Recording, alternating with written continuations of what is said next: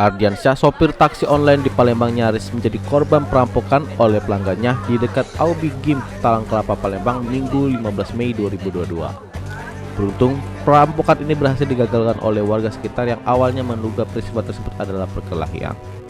Pantauan media di Polsek Sukarami Minggu 15 Mei 2022 pagi, terlihat sejumlah driver ojek online dan taksi online memenuhi halaman Polsek Sukarami menyusul salah satu rekan mereka seprofesi yang menjadi korban pencobaan perampokan.